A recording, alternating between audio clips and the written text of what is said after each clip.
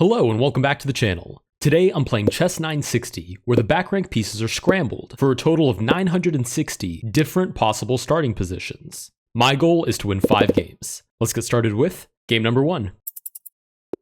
Alright, game number 1, we're paired with a 1700. Let's go ahead and pretend like we're playing the London, even though this is definitely not a London opening. Immediately that pawn is targeted. Let's go ahead and defend it with c3. And I will probably want to castle short here if possible. Let's play g3, kind of with like a little fake fianchetto. Not sure where this bishop is going to end up. We'll probably have knight to f3, castle this way. Okay, if my opponent allows it, I'm definitely going to grab more center space.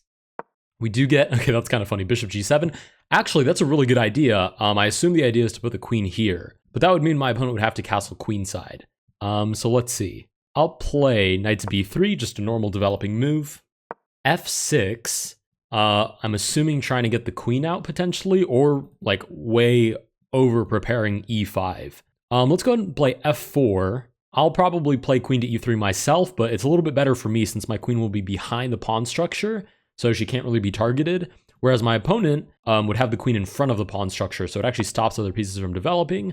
We get bishop h3. Let's go ahead and offer a trade. I'm more than happy to do this trade because then it develops one of my pieces for me as part of the recapturing tempo. We get knight to b6, knight to f3. Sure, we will get our castle here in just a moment.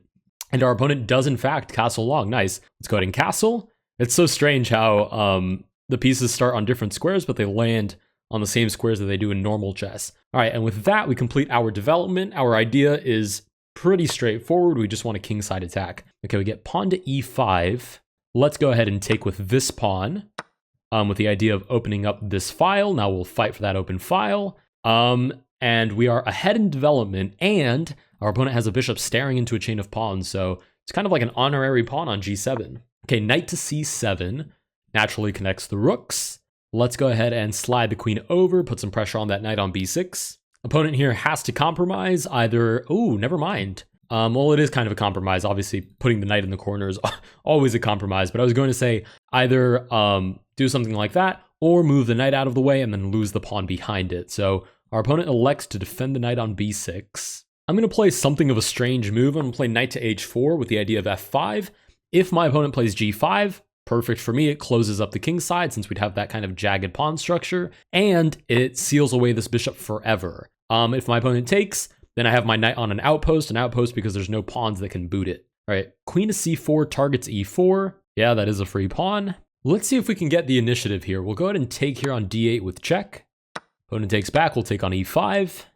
Okay, opponent takes back. If queen to f7, what happens? Opponent takes on e4, hanging bishop. Okay, that's not great. All right, then we'll try knight to d2. It does hang queen takes a2, but then maybe queen to f7. We regain the initiative, hit the bishop, hit the 7th rank, obviously, and maybe we can get some counterplay there. I am under a minute already. Opponent only has 2 minutes left. Ooh, queen to e6, interesting. We'll play queen to f7 anyways. Okay, opponent leans into the trade. We'll go ahead and take back. We are playing 3-2. Okay, if I take, my opponent takes. Not really sure what the follow-up would be.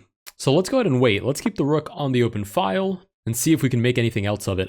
This knight definitely needs a little bit of rerouting. Probably knight to f3, knight to g5. e7 looks interesting. h7 naturally is a weakness. Knight to c4 is free. Did I miss something? I think that was just a free knight. Quite unfortunate for my opponent. So with that free knight, we're looking at a7, we're looking at e5. And we are just up a knight now, I guess.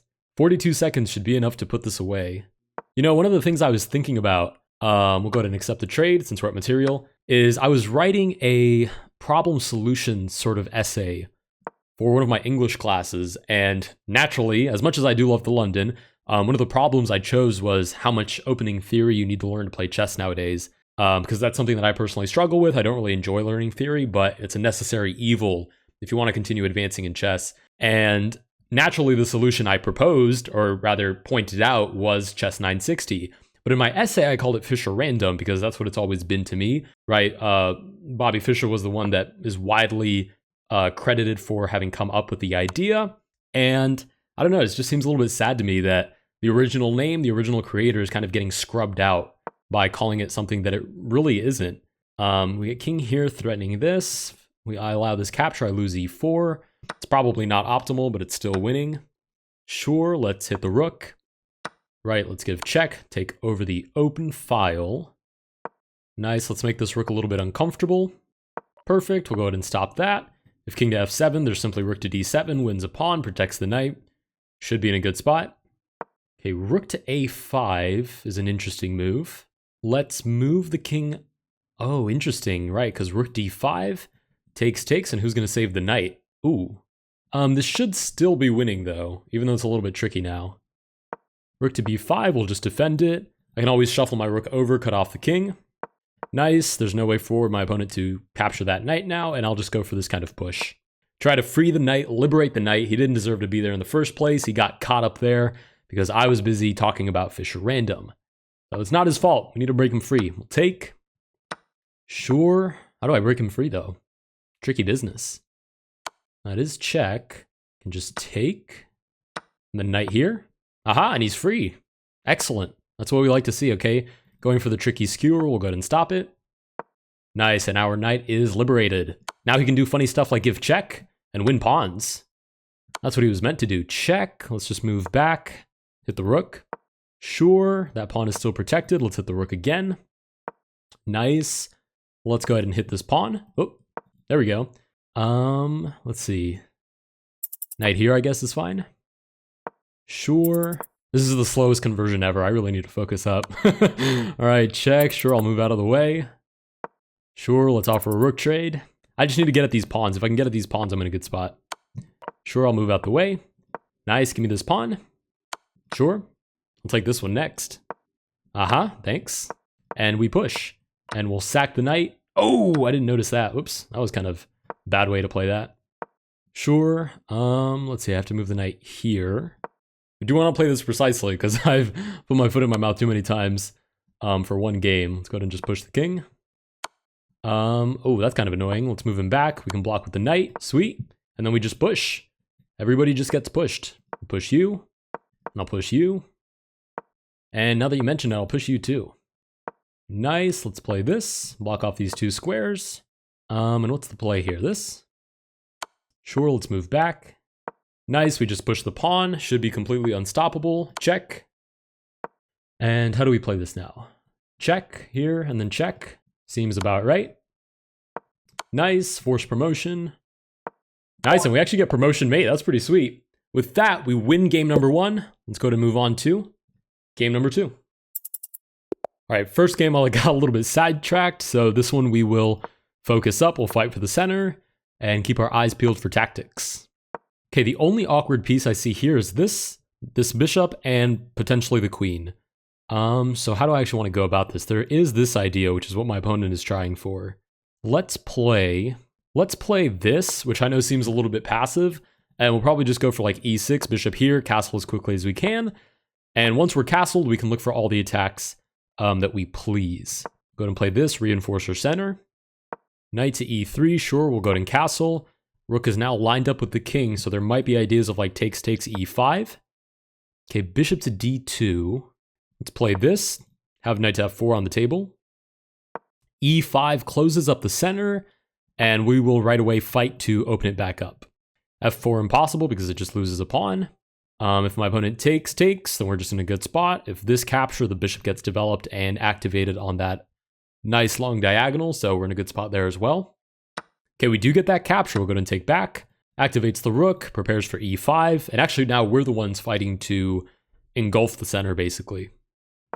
Knight to g4 doesn't actually threaten this. That's defended. Could threaten this. Rook just shuffles out of the way. So let's just go for it. e5. Bust down the center. Ooh, knight to h6. Let's just shuffle the rook out of the way. Ooh, knight to f5. That's a really good little reroute there. Is there any way I can boot that knight? Probably just bishop here. And I can look to take. My opponent will take back. I shuffle the king out of the way.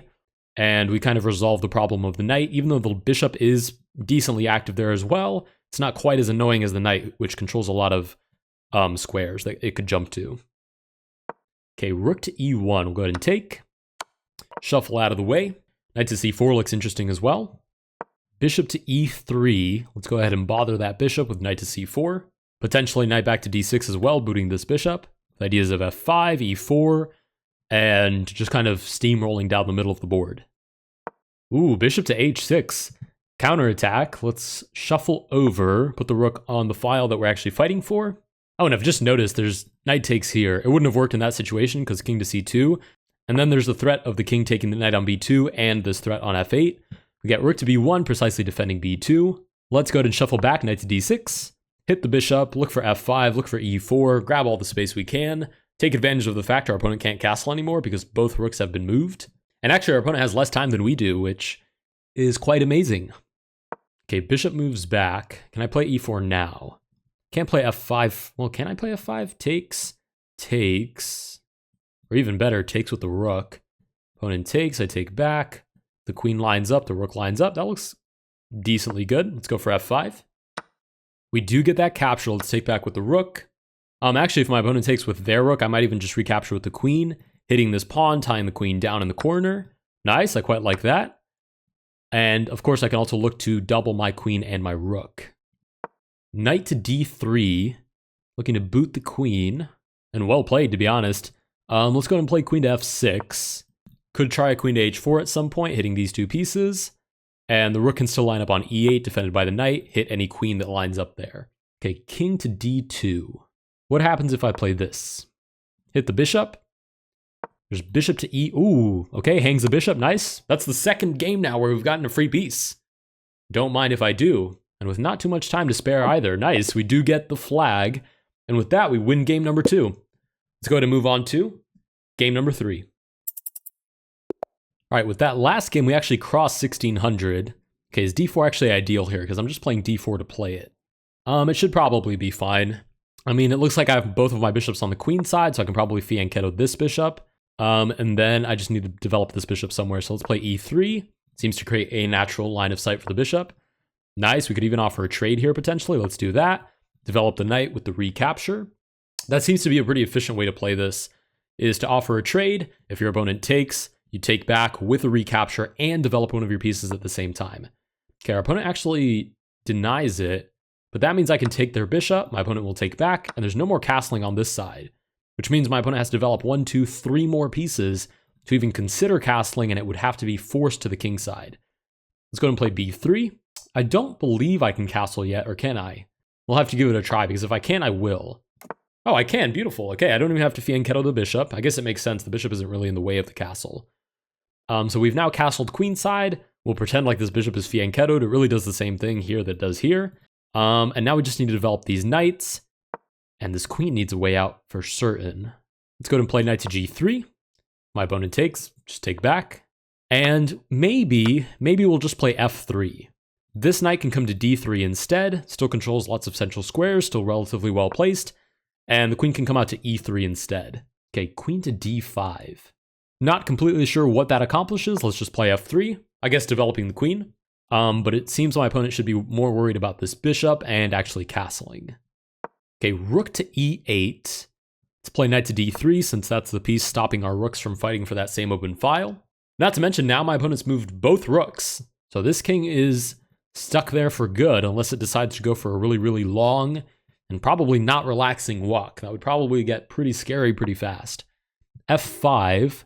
Let's go ahead and fight for that open file. Nice, our opponent takes, we take back. We now have full control. King to b7 is definitely a good workaround. There's ideas of bishop to f6, offering a trade on e8. Let's play, this is kind of a sneaky move. I was thinking about playing queen to f1 with the idea of knight to b4, but queen to b5 stops queen to a6. It does allow for a queen trade, which might not be necessarily bad, but it's probably not what I'm looking for either. Let's give it a try. There's not much else going on anyways. Let's play this. Maybe a4 and then knight to b4, so there's no ideas of queen to b5, stopping queen to a6 with that kind of interesting check. Okay, bishop does come to f6, threatening d4. Really have to get this pressure off my back, so even though it stops my previous plan, we'll play c4. Obviously, the queen can't move out of the way and take because the bishop just takes back. So maybe, sure, queen to a5 works. King to b1 seems to defend a2 just fine. But then queen to d2 is kind of scary. Then queen to e2, trade queens. And then we just kind of go into an endgame. Knight to h4 threatens his pawn. Knight to e5. Let's play queen to f2. We will defend the pawn with the queen instead. And we don't compromise our king's position. We keep it nice and close to the center in case we do trade off into an endgame. Ooh, b5 is super aggressive. What happens if c5? Opponent has to move the knight out of the way. And then knight takes on f5. That looks pretty promising. We'll play that. Remove the defender of the pawn. Activate our knight, win a pawn. Nice, knight to f7. We win the pawn. And our king's position isn't the best, but it's probably okay enough to survive until the endgame and maybe convert that pawn into a queen, hopefully, in the perfect world. Okay, bishop g5 check. There it is. Our king getting bullied for being in a exposed position. Oh, I've blocked with f4, but actually there's a sacrifice here. Takes, takes, takes, takes, and then I lose the rook. We'll see if our opponent sees that. If our opponent does and takes here, we'll probably just shuffle the king out of the way. Maybe we can play for ideas of check. Wow, my opponent sees that. Let's go ahead and get a trade in while we're at it. Sure, what about knight to e3? Skewers these two pieces, but even then, my opponent just takes the pawn, and I still can't take it because it drops the rook. How interesting. Okay, let's move king to b1. We have to cut our losses. We'll see what our opponent is interested in, potentially a queen trade, potentially just moving the bishop back, and then we'll just see if we can get a counterattack going. Maybe rook to e7 looks interesting. Ooh, bishop d2, displacing the rook. Let's play rook to d1, counterattack the bishop. Okay, bishop c3 offers a trade, but I don't think my opponent can make any more of it, not to mention there's actually this fancy little check, and we win the bishop. Nice, we are now up a piece, which is a nice little upgrade from being up a pawn. I'm assuming my opponent won't want to trade queens, because then that's a decently easy endgame to win when you're just up a clean piece. Oh, my opponent does trade, okay. Goes for the open file, let's try to get another trade on the board. 12 seconds left for our opponent, let's give check, and leave only my bishop. And this is why I say that you really want to trade pieces when you're up material, because it's a lot more difficult, or rather it's more felt by your opponent, right? I give this check, it's just me playing around with an extra piece, and my opponent really doesn't have much to work with anymore. We'll try to play d5 here, create a passed pawn. Our opponent allows it, nice. And let's get some other trades on the board. Sweet, we'll start walking this way. There's no way my opponent can defend these pawns and stop me from promoting at the same time. So it'll be give and take here. Either my opponent loses the pawns or my opponent allows promotion. Let's play h5. We do get that check, we'll shuffle out of the way. Nice, now if I play d7, oh, actually there's no way for my opponent to stop it anyways because the bishop protects that square. Okay, we could have played that a lot earlier than we did, but the other way of playing would have been fine too. If king to e7, king here takes, I run here, and I just win all of these pawns. Obviously now that the bishop protects e7, it's just winning immediately, and we do get that resignation. With that, we win game number 3. Let's go ahead and move on to game number 4. All right, game number 4, we get the white pieces again. Don't mind if I do, we'll play d4. Almost a normal setup over here. We get d5, let's go ahead and develop the knights first. Slowest pieces, respectfully, but that means that we should develop them first. Let's play e3, bishop to e2, and I'll go ahead and castle here in just a moment. Bishop to d6 hits the knight, would double a pawn, but it's really not a big deal. And now we're looking for c4, maybe b3 to activate this bishop, and there should be all sorts of interesting ways to open up the center. Okay, rook to f8. Wait, what did my opponent play? Yeah, rook to f8. Wow, I couldn't even believe that. I guess my opponent does not want to castle. We'll take on c4. And if my opponent won't castle, then I'll play b3, d5, rook here, and I'll see if I can open up the center for my pieces.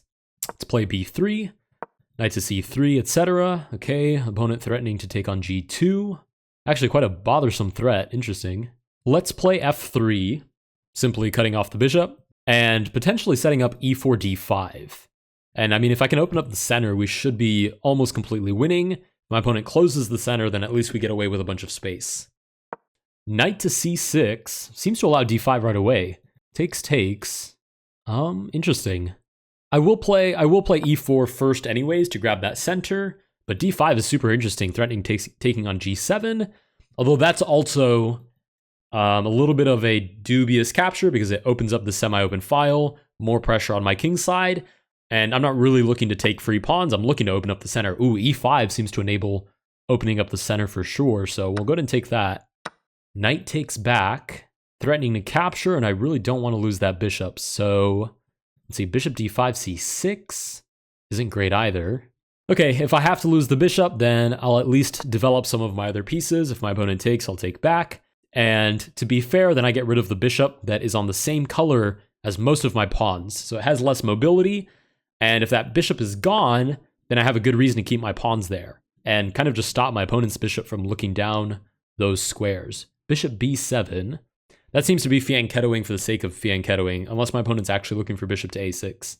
Let's go ahead and play rook to d1. Works on open files, just generally seem to be a good idea, so we'll play by that. Even on time with my opponent. It's become a game for me to see if my opponent and I have less, more, or the same amount of time. Unfortunately, usually I have less time than my opponent, but sometimes I have more. And very rarely we have the same, so that's kind of interesting. Okay, queen to d7. Let's go ahead and strike. Let's do it with this knight. Strike on f5, threatening d6, threatening g7 with check. If my opponent takes, I just replace it with another knight. It's like those Russian dolls where more just keep coming out. You take my knight, I just replace it with another one. And we do get long castle. So it's not worth taking here anymore because then it just opens up a semi-open file. It's not even check. But it is worth taking here. And now when my opponent takes back, I can play this crazy move, which pins the queen. So we give that check. And our opponent actually can't block it with the queen because the queen is pinned. But our opponent also can't take the bishop because the king is in check. So there's no way to defend the queen anymore. And now we're just trading pieces. Actually, that was a free knight as well. Wow. So much pressure in the center. And I think that's a good argument for why you should put all your pieces in the center, at least as best as you can. Be reasonable. You know, castle, don't drop any free pieces. We do get the resignation. And with that, we win game number 4. But what I was saying was that's a good argument for putting all your pieces in the center. You don't have to know exactly what they're going to do, but you know they're optimally placed in the center and more opportunities arise. So with that, we'll go ahead and move on to game number 5. All right, game number 5. Wait, is this who we played for the first round? This opponent was pretty strong, so we're going to play d4 here. We do get b6 with the clear intent of fianchettoing the bishop. We'll go ahead and meet that with g3 with the clear intent of offering a trade. G5, pretty aggressive attack on the king side. Okay, we do get the trade, nice. If my opponent ever castles long, we have checkmate in one move, which would be absolutely fantastic. Let's go ahead and develop our other bishop. E4, try to control the center. This knight is, wow, abysmally placed over here. We get E5, I'll go ahead and close up the center. And what I'd like to do is play F3, knight to F2, castle my king. I'd feel pretty safe. And at that point, I can play C4, B4, C5, go crazy on the queen side, and see what I can make of, oh my goodness, this queenside castled king. Okay, obviously now I have all my pawns placed here, so there's no more check. But I'll go ahead and castle, and now our ideas are very clear and very opposite. My opponent should play F5 here. Ooh, C5. Okay, I'll go ahead and take. Start opening up some lines on the king. But what my opponent probably should have done was F5, start creating some play on the king side, and look to break down my defenses, which honestly wouldn't have been too difficult. But we get knight to C6 instead. Let's go ahead and shuffle the rook over with the idea of stopping any D5 push. F5, unfortunately, now needs to be prepared, either with a knight moving back or queen over. Okay, king to B8. Let's go ahead and reroute the queen, who would be very happy to land on one of these light squares. And considering my opponent's queen is a few squares away, well, now only 2, but you get the idea. That looks like a great spot. We'll go to queen to b5, force our opponent to decide where to place the knight. And what's the follow-up here? Like a4, a5 looks interesting. Knight d3, knight b4 looks interesting. Oh, king comes and defends the knight. Nice. I like that little bit of teamwork. So a4, a5 doesn't work anymore because it's defended too much. So let's go knight to d3. We had to develop this knight at some point anyways, so might as well get it done now. A6. Ooh, is my queen almost trapped here? That would be a hilarious way to lose this game, is getting my queen trapped. Okay, queen back, b5, queen back. Ooh, survivable, but very ugly. But interestingly enough, I am going to play it, because if we do get b5 and my opponent does play it, then we're looking at c4, which would be a great little trade to open up a file. Okay, my opponent's trying to play d5 with tempo on the queen. If I still play c4, we get d5 anyways. Queen back, d4, takes, a4, b4, knight to c5, and it looks kind of confusing, but it should be well worth it. Opponent taking a moment to consider the ramifications of d5, which is still probably the best move here for my opponent, but creates some interesting play. Knight to a7, Should I still take? My opponent takes back. Queen to a5. We're looking to line up the rook, control c7. That seems to be best for me, so I'll go ahead and take. Nice, queen to a5. Aha, once again, I look at the time and our opponent and myself are actually basically the same. Well, it depends on how long my opponent takes on this move, but for a moment we were. Ooh, we do get d5. Very interesting push. Knight c5 is impossible. Knight b4 kind of just walks into a trade. So let's play a4. For the moment, we're going to ignore whatever tension's happening in the center, and we're going to continue to try to push our initiative on the queen side. To be fair, our opponent is playing very principled. If you're getting attacked on the flank, you should probably try to break open the center because it destabilizes the attack. Knight to d4. Okay, interesting. Let's play. Oh, I can't play here because check. Ah, okay. Time for the bishop to go. Bye-bye. You did your function, and actually quite a great function. That was probably the best defensive piece my opponent had. Let's go ahead and play rook over. Again, ignoring the tension, but looking for queen to c7. The only issue here is my opponent entertained my kingside attack for a little bit too long with b5, with knight back to a7. And just those 1 or 2 tempo are enough for your opponent to get an advantage going. Okay, queen to f7, defending the c7 square. b4 is possible, but it feels slow. My opponent takes b5, we lose a knight, we take here with check. That's kind of risky, but might be worth it. Let's go ahead and push b4. And actually, if my opponent takes, maybe I can just take back with the knight. If like rook to d5 to try to hit the queen, knight c5 is check. We trade, we take back with check, and that should be pretty much completely winning. Okay, rook comes over to c8, offering a trade. We will continue with b5. Rook takes with check. Should I take with the knight to keep this check available, or should I take with the rook? Let's go ahead and take with the knight. I mean, I set up so much, I played so many moves to set up that check that I might as well. Opponent down to under 10 seconds, a little bit scary now. Ooh, king moves back. I guess with the idea that if I take with check, my opponent can offer a queen trade. It's not a bad survival move. Let's go ahead and take on a6, threatening d5 with the queen. There's some ideas of like playing b7 checkmate, but depends what my opponent does with the queen. Okay, queen keeps eyes on d5. Very well played. Oh, I'm also under 10 seconds. Wow. Time goes by when you're having fun or getting destroyed, or both. We'll go ahead and take back on e4. Queen trade offered. Let's go ahead and keep the queens, on the board, but not hanging it. Usually not a good idea. b7 is mate. Let's go ahead and play knight to c5. Just piling up the pressure as much as we can on our opponent, even if we don't have any concrete threats quite yet. Okay, knight to e5 threatens check. Let's go ahead and play check here. Take with check, and push some pawns. Okay, let's try to catch this pawn with our king. There is an idea here of check with the knight, and then forcing promotion. Nice. Go ahead and take, and this pawn cannot get away from us, so we are just up a clean rook. Free knight, but it's not stalemate. We do accept those. Let's go after this pawn. Nice, and we'll just come over and try to mate our opponent with just the rook. Sure, you can take that. We'll take back. I'll take. I gotta take the last pawn. You're causing me too many problems over here. I've got to take it. And as long as we don't stalemate, we have now won our 5th game. Let's go ahead and play check. Okay, we'll play this. Now you either move back, cool, which means we cut you off again. And then king here. If over, then mate. And if the other way, king to b6, only one move. And we do get checkmate, nice. With that, we win our 5th game. If you guys did enjoy this video, please consider liking and subscribing. Let me know down below if you guys particularly enjoyed Chess960. And actually, now that I've said it again, let me know down below what you guys think of the naming. Should it be called Chess960, Freestyle Chess, Fisher Random? Is there something else it should be called? I look forward to seeing those comments, and I will see you guys in the next one.